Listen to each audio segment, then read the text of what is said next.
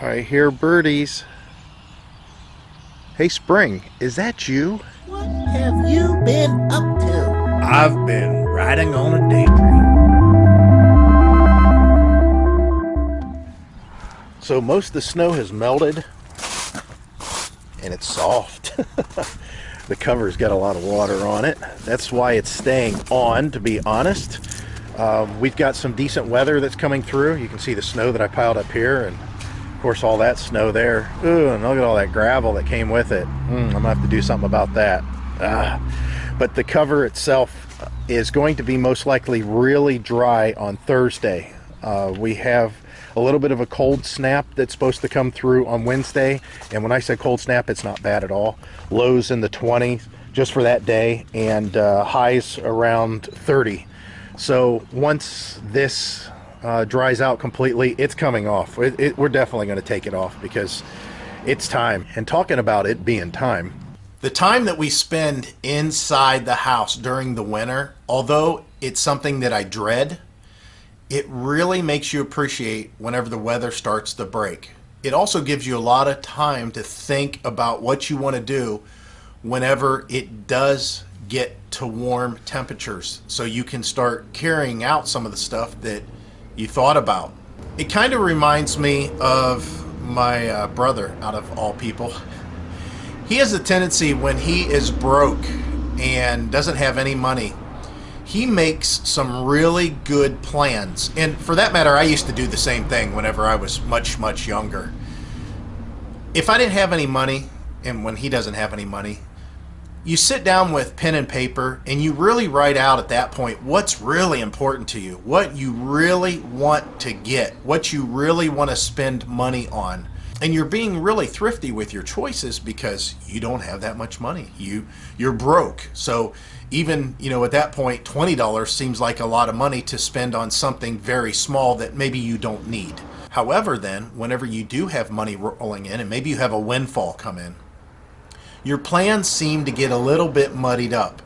And that's just human nature, I think. I think maybe even though I might be really disciplined with my money, there's just a certain part of you that starts veering off plan a little bit.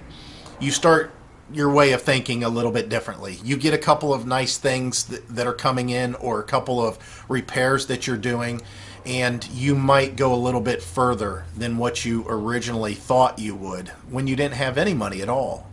Well, I kind of feel that way about the wintertime. And whenever you're stuck inside the house, you really make some good plans, and you really make some really good choices about what you want to be doing and how you want to be carrying those things out. Whenever it gets nice out and you're just willy-nilly every day because it's beautiful weather out, sometimes those plans and your choices have a tendency to change. So there is a part of me that does enjoy being cooped up in the house for that time off of just enjoying. But don't get me wrong, I am not going to be hanging out in the winter any more than I have to. So we still got a lot of things that we got to be concerned with. My son and his van, that's something I know some of you are really excited to see. He is basically trying to save up some money because he spent all his money on the van, and at this point he doesn't have any money to put into it. Now, he could sell his car and he would have money that way. But, he needs that car, and he drives that car back and forth to work. As far as him getting into that van and driving it full time, there's no sense in us, getting him set up in the van right now when he has a car that he can drive, and he can work on that van, and I can help him at a leisurely pace. So today I'm going to be working with all these tools and trying to get the toolbox that's up there to be my main toolbox. That toolbox was one that I used whenever I used to work in a shop, but more than that, it was when I worked for Sears. It was a mobile toolbox. It couldn't be very big. Now, the toolbox that is right there, that goes on top of, and I'm sure you can't see it, but there's a rolling toolbox back here. It's got a bunch of stickers on it. That's the top for that one. Heidi bought that for me so many years ago. I mean, I don't even remember if we were married, but maybe a year at that point. She bought that toolbox for me. and I've been using it ever since, on and off. There was a couple shops that I worked at, and I just used that little rolling toolbox because we didn't need any real big one. And before I got this toolbox, I had another big, huge, rolling, tall Craftsman toolbox, 3-chest type deal. And of course, I sold it when I got this one because this one housed everything that I needed and then some.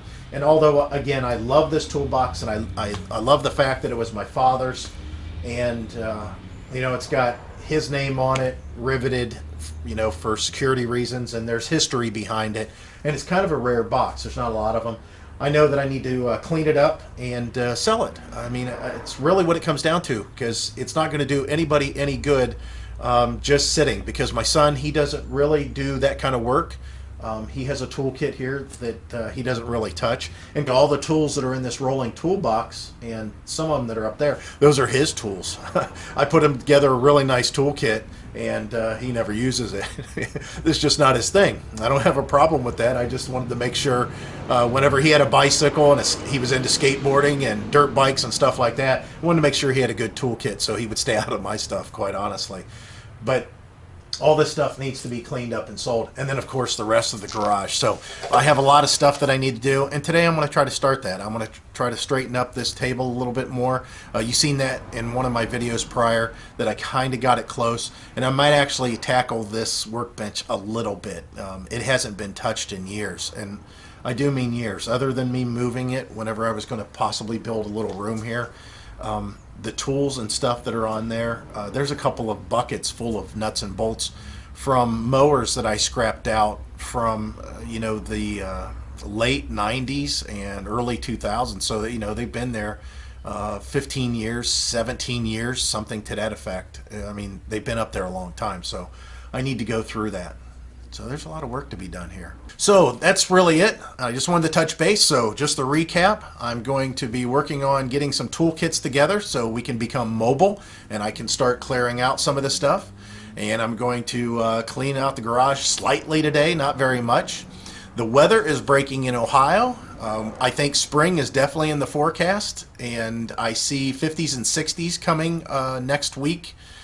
Starting this week but ending next week by Wednesday. So basically from Friday on we're in 50s and 60s. Heidi's giving me a little knock there if you heard that.